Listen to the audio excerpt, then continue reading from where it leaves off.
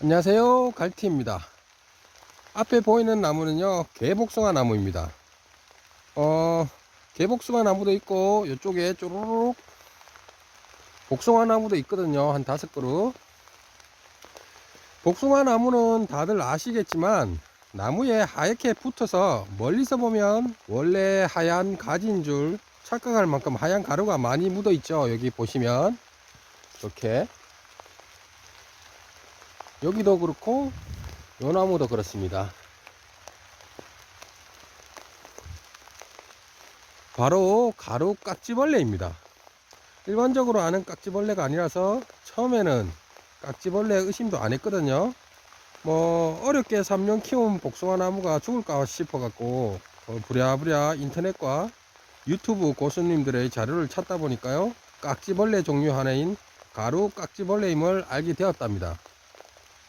쭉 주위를 보시면요, 저희 농장에는 수십여 종의 나무가 있습니다. 정묘사에서 파는 나무가 다 있다고 해도 과언이 아닌데요.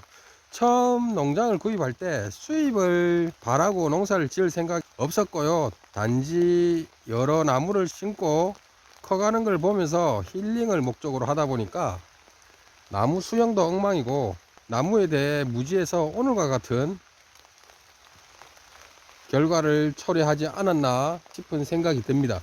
나무든 동물이든 식물이든 뭐 좀 알고 키우고 갖고 써야 되는데 무식한 주인 만나 여러 고생을 하고 있답니다. 저희 농장에서. 그래서 늦게나마 방제를 했어요. 어저께 방제를 했는데 이런 젠장, 바로 다음날 비가 와버리네요. 아무 효과가 없겠죠. 어저께 제가 4시에 와서 약을 쳤는데 오늘 아침 새벽부터 이렇게 비가 와버리니까 약 효과가 전혀 없겠죠. 다시 쳐야 될 판이에요.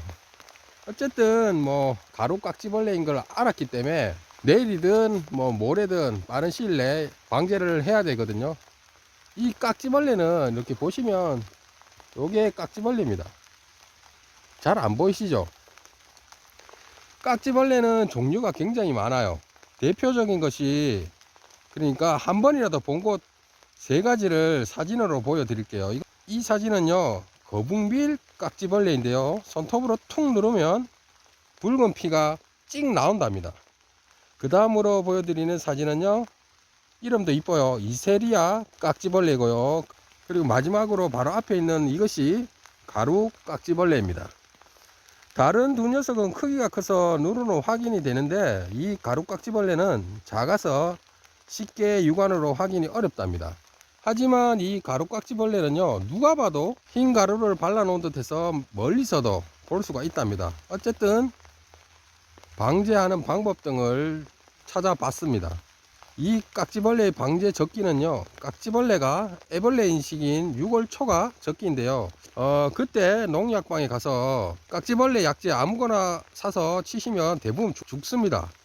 그렇지만 뭐 복숭아, 여기 보이는 복숭아 뿐만 아니라 매실, 감, 포도, 뭐 여러 핵과 나무는요 다 열매가 열려 있는 시기예요. 그래서 방제하기가 조금 애매합니다. 그리고 8월이나 9월에도 깍지벌레가 많이 발생하는데요, 솔직히 이때도 애매해요. 과일이 달려 있으니까요. 뭐 어떤 분들은 친환경 제재를 친다고 하시지만 저 같은 소농, 저는 뭐 소농도 아니죠. 나무 몇 그루 없는 저로서는 그렇게 할 필요성을 느끼지 못했답니다. 그래서 저는 겨울 방제를 택했습니다. 뭐 택하기보다 저희 게으름과 무지로 인해 불가피한 선택을 하였답니다. 겨울 방제를. 이렇게 더 놔두면 죽을 것 같아요. 자료를 찾으면서 안 사실인데 대부분 농가에도 동계 방제를 선호하고 이 동계 방제가 효과적인 방제법이라고 많이들 입을 모아서 말씀을 하시더라고요. 그래서 그나마 제 마음이 편안하답니다. 깍지벌레 동계 방제하는 방법은요, 기계유 유제를 사용하는 게 가장 효과가 좋다고 다들 그러더라고요. 이 기계유 유제는요 말로도 팔고 작은 것도 파는데요, 말대기는 뭐 굉장히 커요.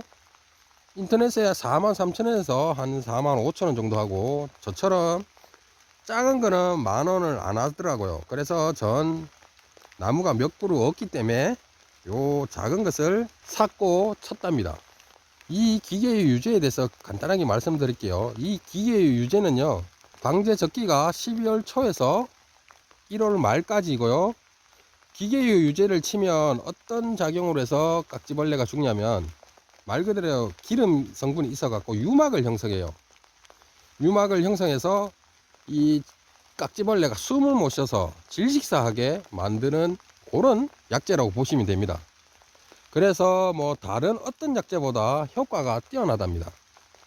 여기서 중요한 건 혼합 배율을 잘 맞춰야 하는데요. 뭐 자료를 찾아보니까 25배율에서 30배율 이렇게 지켜야 한다고 나와 있고요. 그리고 그 약재 설명서에도 그렇게 나와 있습니다. 그렇게 뭐 25배, 30배 이라면 조금 헷갈리죠. 그래서 보통 약통은 20리터잖아요. 이 20리터 약통에 기계유 유제를 800ml를 넣어서 치시면 됩니다. 저는 나무가 5그루밖에 안 되다 보니까 물 5리터에 기계유 유제 200ml를 넣어서 쳤답니다. 약효는 뭐 3, 4일 안에 효과가 나타난다고 해서 기대를 하고 어제 듬뿍 쳤습니다. 씨를 말리려고. 하지만 하늘이 안 도와주네요. 바로 다음날 말짱 도루묵이 됐습니다. 내일 다시 비가 그치면 다시 쳐야 될 판이에요. 네, 지금까지 저의 무관심과 무지로 고생하는 복숭아 나무에게 한 줄기 빛을 선사를 했습니다. 어저께. 하지만 다시 어둠이 내려서 내일 다시 약을 쳐서 얘들의 한 줄기 빛을 보도록 하겠습니다. 부디 올 겨울 잘 버텨줬으면 하는 바람이고요. 오늘은 뭐 비가 오지만 그래도 즐거운 하루, 힘찬 하루 되십시오. 감사합니다. 갈티였습니다.